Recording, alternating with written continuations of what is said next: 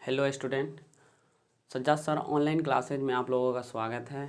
इससे पहले कई चैप्टर हो चुके हैं, आप लोग अगर नहीं देखे हैं तो 10th का सबसे पहले वो जा कर के देखें। बहुत ही आसानी से भी कंसेप्ट के साथ आप लोगों को उसमें समझाया गया है। आज है ज्योमेट्री में कई खंड होते हैं, उसमें से आपको त्रिभुज बता रहे हैं। और त्रिभुज में क्या है, पहले प्रमेय होता है, थ्योरी है।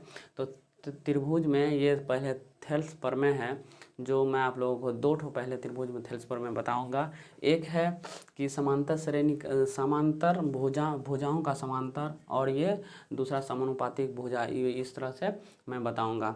तो आज पहला सबसे पहले मैं बता रहा हूँ, दिया हुआ है। पहले सवाल पढ़ लेते हैं। सवाल में क्या दिया हुआ है स्टूडेंट, इस तरह से दिया हुआ है कि एनसीईआरटी का है, क्लास 10th का दिया हुआ है। यदि एक रेखा किसी त्रिभुज की दो भुजाओं को एक ही अनुपात में विभाजित करे तो वह तीसरी भुजा के समानांतर होती है। स्टूडेंट क्या है, BC और DE क्या समांतर होता है, इसको सिद्ध करना है। तो आप देख सकते हैं यहाँ पे दिया हुआ है कि DE त्रिभुज ABC की भुजाओं AB और AC को इस प्रकार प्रतिच्छेद करती है। DE देखिए AB और AC को इस प्रकार यहाँ पर प्रतिच्छेद करती है कि AD बट्टे DB हो गया बराबर AE बट्टे EC दिया हुआ है। तो सिद्ध करना है कि BC समांतर DE। ठीक है स्टूडेंट, तो यहाँ पर उसको सिद्ध करना है। तो हम हल कर रहे हैं, देखेंगे आप लोग, बिल्कुल आसानी तरीक़ा से हल हो रहा है। पहले माना कि DE BC के समानांतर नहीं है। पहले मान लेते हैं नहीं है, तब D से BC के समानांतर एक रेखा DF खींचे। देख सकते हैं D से इसके BC के समानांतर यहाँ पे DF खींच दिए हैं, खींचा, जो AC को F बिंदु पर, AC को कहाँ पर, F बिंदु पर काटती है, जैसा है दिया हुआ है। इसलिए समानुपातिक थेल्स प्रमेय से होता है AD बट्टे DB बराबर AF बट्टे FC। इसको हम समीकरण 1 मान लेते हैं। किंतु दिया हुआ है, क्या दिया हुआ है, AD बट्टे DB ये दिया हुआ है। देख सकते हैं यहाँ पर AD बट्टे DB दिया हुआ है। तो AD बट्टे DB बराबर AE बट्टे EC, इसको समीकरण 2 मान लेंगे। अब ये समीकरण 1 और 2 की तुलना करेंगे। 1 और 2 से हम पाते हैं कि ये देखिए, लेफ्ट साइड बराबर है, बाएं साइड बराबर है AD बट्टे DB। तो दाएं साइड क्या होगा स्टूडेंट, AF बट्टे FC बराबर AE बट्टे EC हो जाएगा, ये हो जाएगा। तो इसको हम क्या करते हैं, दोनों ओर हम 1 जोड़ देते हैं। इस समानुपातिक भुजाओं का दोनों ओर इसमें 1 जोड़ देते हैं। इधर भी 1 जोड़ दिए, इधर भी 1 जोड़ दिए। तो F और इसका एलसीएम ले लेंगे 1, इसके नीचे में 1। तो E यहाँ पे FC और 1 का एलसीएम FC हो जाएगा, FC गुना 1 तो FC हो जाएगा, plus AF plus FC। E से भाग देंगे EC, तो EC होगा 1, और 1 गुना AE प्लस हो जाएगा EC गुना 1 तो EC हो जाएगा। इस तरह से इसको भी इनका जोड़ करेंगे तो ये इतना आएगा। देख सकते हैं AE प्लस EC बटे EC दिया हुआ है, AF प्लस FC बटे FC दिया हुआ है। तो यहाँ पर क्या होगा स्टूडेंट, AF प्लस FC कितना होता है, AF प्लस FC यहाँ से यहाँ तक कितना होता है, AC होता है। देख सकते हैं AC हुआ, और नीचे में FC दिया हुआ है, AC बटे FC।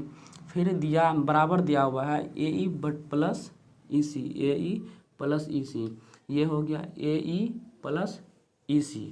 तो AE प्लस EC वो भी AC होता है, तो AC बट्टे में EC दिया हुआ AC। तो AC कट जाएगा, कितना बचेगा स्टूडेंट, ये FC बराबर हो जाएगा EC के, FC बराबर EC हो जाएगा। तो यहाँ पर अब अतः F और E एक ही बिंदु है। F और E इसका मतलब है कि FC बराबर EC है, इसीलिए यहाँ पे दिया हुआ है कि F और E एक ही बिंदु है।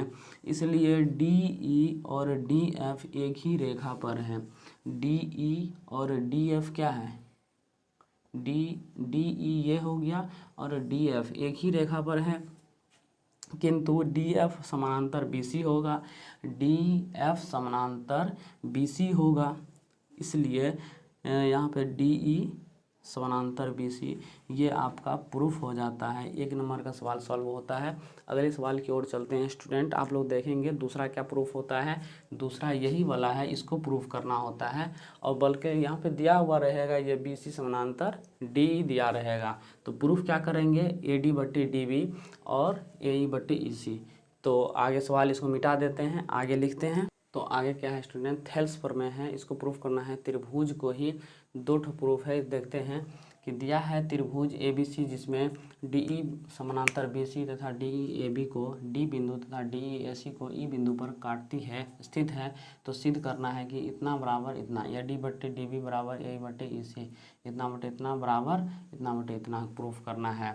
तो रचना क्या है, EN परपेंडिकुलर AB है और DM परपेंडिकुलर AC है, तो खींचे हैं और B और CD को मिला दिए। देखते हैं मिला दिए हैं। अब आगे क्या कहता है स्टूडेंट कि AB त्रिभुज AD का क्षेत्रफल निकालें।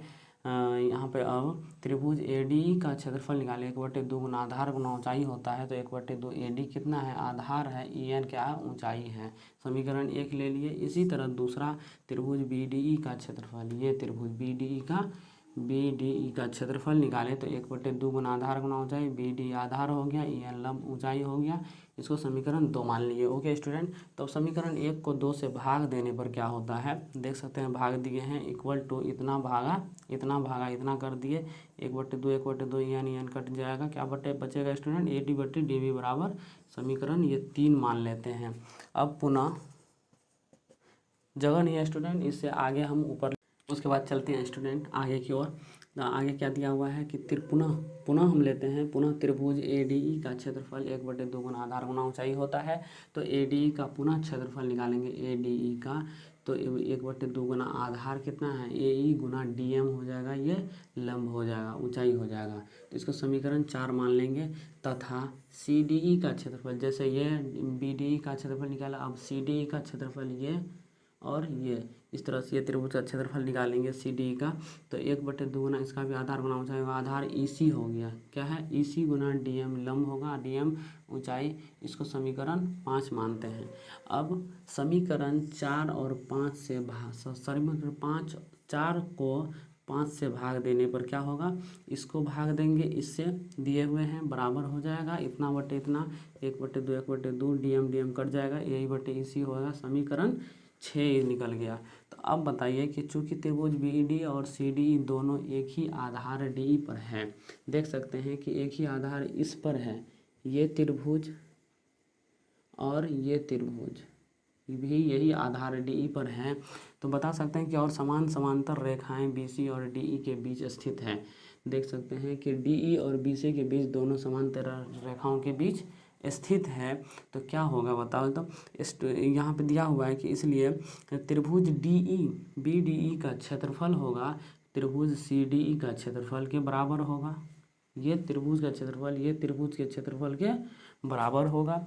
तो अतः समीकरण 3 इससे पहले हम लिखे हुए थे यहाँ पर, समीकरण 3 और समीकरण 6 तो यहाँ पे दिया हुआ है स्टूडेंट। इससे समीकरण 3 और 6 से हम पाते हैं कि AD/DB हो जाएगा, AD/DB होगा बराबर AE/EC होगा।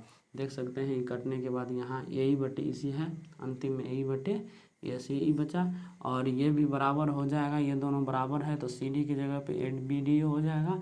वो ये इससे पहले वाले त्रिभुज में भी क्या होगा, BD हो जाएगा CD की जगह पे। तो इस तरह से हमको ये प्रूफ कंप्लीट हो जाता है।